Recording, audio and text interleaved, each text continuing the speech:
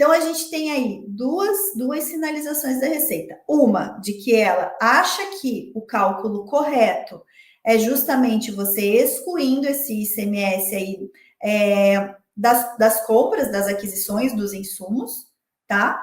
E aí, com essa exclusão, aí você vai fazer o cômputo do PIS e COFINS devido no mês, a diferença entre o recolhido efetivamente e o recalculado pela tese do século é que efetivamente vai dar margem ao pedido de restituição de compensação na esfera administrativa, tá?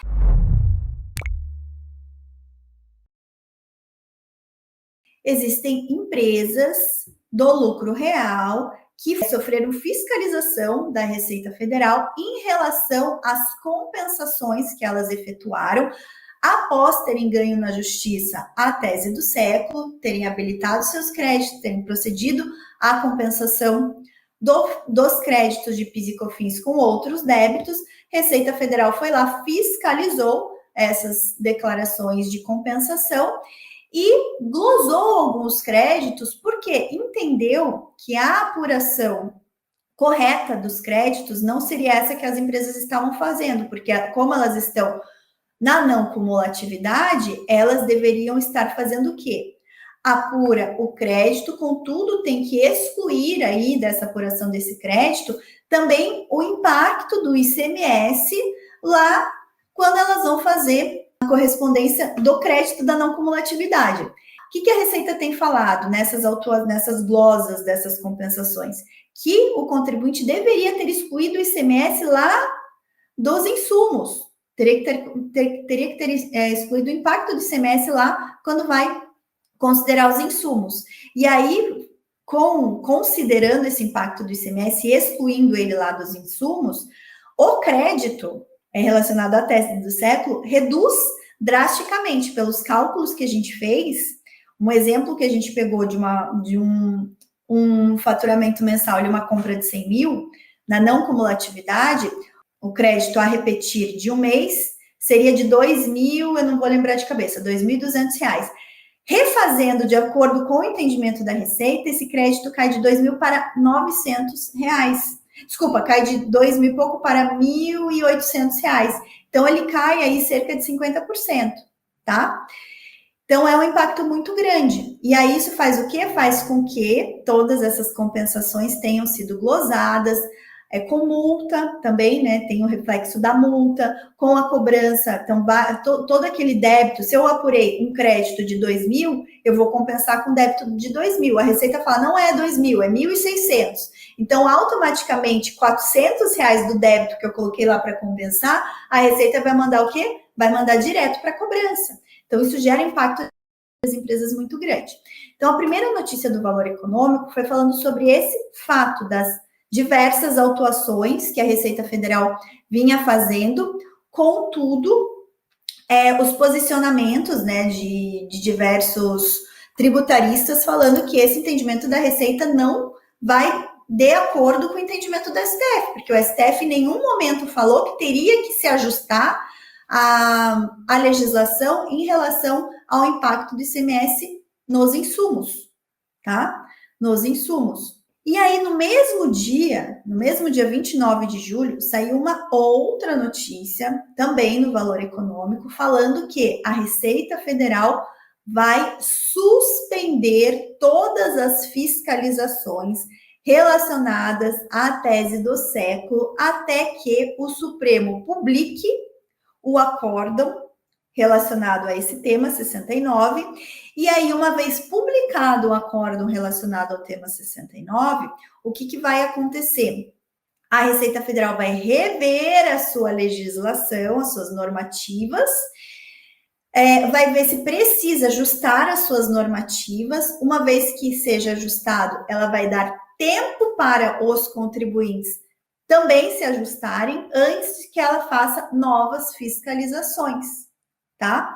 Então, a gente tem aí duas sinalizações da Receita. Uma, de que ela acha que o cálculo correto é justamente você excluindo esse ICMS aí das compras, das aquisições dos insumos, tá? E aí, com essa exclusão, aí você vai fazer o cômputo do PIS e COFINS devido no mês, a diferença entre o recolhido efetivamente e o recalculado pela tese do século, é que efetivamente vai dar margem ao pedido de restituição e de compensação na esfera administrativa, tá? E aí, então esse é o primeiro ponto, esse é o primeiro ponto. O segundo ponto é, só que agora a Receita não vai mais fiscalizar, ela vai aguardar o acórdão do Supremo ser publicado e daí vai rever a sua legislação, tá? E aí, gente, se a gente vai olhar a legislação do PIS e COFINS não cumulativo, qual é a legislação de base do PIS e COFINS não cumulativo? Lei 10.833 em relação a COFINS não cumulativa e Lei 10.637 em relação ao PIS não cumulativo. Essas duas legislações são praticamente idênticas, tá? E aí, lá nos artigos 1º e 2º, tratam da apuração do PIS e COFINS a pagar. Contudo, o artigo 3º fala do crédito na não cumulatividade. Como que se calcula esse crédito para se reduzir aí do PIS e COFINS a pagar? E quando vai falar da apuração desse crédito, em nenhum momento a legislação fala que deve-se excluir os tributos da aquisição, tá? Para reduzir aí essa base de cálculo, em nenhum momento. Então, o que os tributaristas, qual que é a conclusão que os tributaristas estão chegando? Olha, o Supremo nada falou em relação aos créditos, ele só falou que para fins do aproveitamento da tese do século a partir do dia 15 de março de 2017, tem que se excluir o ICMS das notas fiscais de venda, tá? E refazer a apuração e pedir os créditos. Nada disse o Supremo em relação ao reflexo disso para as empresas que estão na não cumulatividade, tá? Então, não poderia a Receita Federal inovar nesse sentido. Segundo ponto, se fosse ter que se considerar esse reflexo das compras, a legislação também teria que prever isso, também teria que ser ajustada, tá? E até internamente aqui no escritório a gente estava brincando que essa questão da exclusão do ICMS das compras vai virar a segunda tese do século, né? Tanto que está dando pano para manga, vai virar a segunda tese do século. E aí, gente, o que mais que a gente já notou? Por que a Receita Federal está vindo com essa artimanha? Porque, num primeiro momento, não sei se vocês se recordam, mas o que estava sendo discutido até maio desse ano, quando o Supremo efetivamente julgou os embargos de declaração? O que estava sendo discutido era qual ICMS deveria ser excluído da base de cálculo do PIS e da COFINS, se o ICMS destacado na nota ou se o ICMS efetivamente recolhido, tá? Por quê? Dá a diferença entre o efetivamente recolhido e o destacado na nota justamente em relação ao quê? À apuração dos créditos.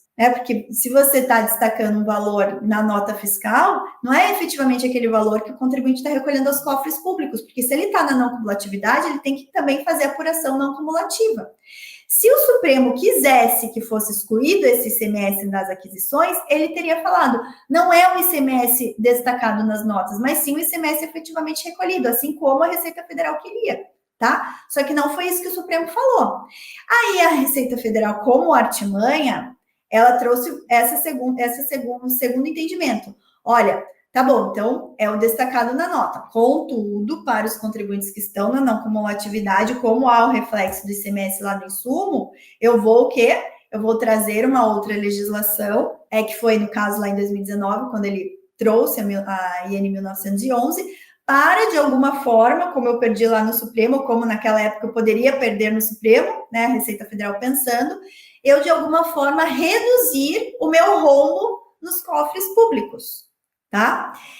E foi isso que ela fez agora. Como perdeu no Supremo, o Supremo definiu que é o ICMS efetivamente, o ICMS destacado nas notas e não efetivamente recolhido, ou o ICMS a pagar, enfim, como vocês queiram nomeá-lo, a Receita vem com essa artimanha. Olha, mas na não cumulatividade é diferente, você tem que tirar ali o impacto do ICMS sobre as compras, tá? Por que ela veio fazer isso? Porque se a gente faz o cálculo entre o que ela queria antes, né, se fosse o ICMS efetivamente recolhido, ou que ela estava justificando agora nessas autuações, que é o ICMS, excluindo o ICMS sobre as aquisições, o impacto financeiro é exatamente o mesmo, tá? Exatamente o mesmo. E quando vocês forem olhar lá no Telegram a tabelinha que a gente montou, vai ficar bem claro isso para vocês. O impacto é exatamente o mesmo. Então, se ela tivesse ganho lá no Supremo, falando, não, esse ICMS é efetivamente recolhido, ela nem viria com nada dessa tese da exclusão do ICMS sobre as compras, porque para ela isso já teria esse efeito, tá? Já teria esse efeito. Como ela perdeu, agora está vindo com esse novo viés, tá? Conclusão que nós temos até agora, na visão dos tributaristas. O crédito correto é o crédito conforme o Supremo decidiu, excluindo apenas o ICMS sobre o ICMS destacado nas notas, independentemente de fazer exclusão sobre as compras, tá? Independentemente, ok?